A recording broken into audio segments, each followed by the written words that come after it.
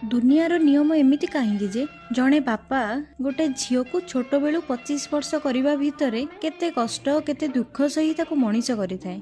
आउ सेई झील जेतेबेले रोजगार क्षम हेई बापा माँ को खुशी करने समय रे ताको बाहा कर दिया जाए। खाली बाहा कर दिया हुएनी, ता सहित बापाटीए ता जीवन जाकर पुंजी को लगे 5-10 भरी सुना भोजी भात घरटा जाकर सबु जिनिस देई आउ जने अजणा घर को विदा कर दिए। आउ सेई झीलटी जहाकू ता जन्मरू देखिनी कि ताकू केबे चिन्हिनी ता सहित ताकू रहिबाकू पड़े।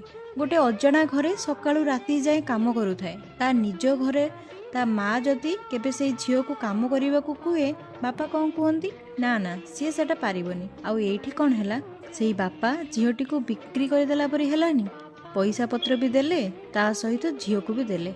सबुठु इम्पोर्टाट है जहाकू झीलटी बाहा हेइथिबो से कौन केबे झीलटीर बापा ऋण सुझी पारिबे। ऋण सुझिबा कथा छाड़ी दियंतु, जदि केबे केबे से बापा माँ सार्ट की शाढ़ीटे किनिदेबाकू इच्छा हुए ना 100 थर मन को आसे काले मते किछि कहिदेबेनी तो तांको पैसा रे मो बापा माँ को किछि देदेली। एमितिका दुनियार नियम रे सतरे गोटे झील बळी पड़ी जाएनी। कौन मु ठीक कहली ना?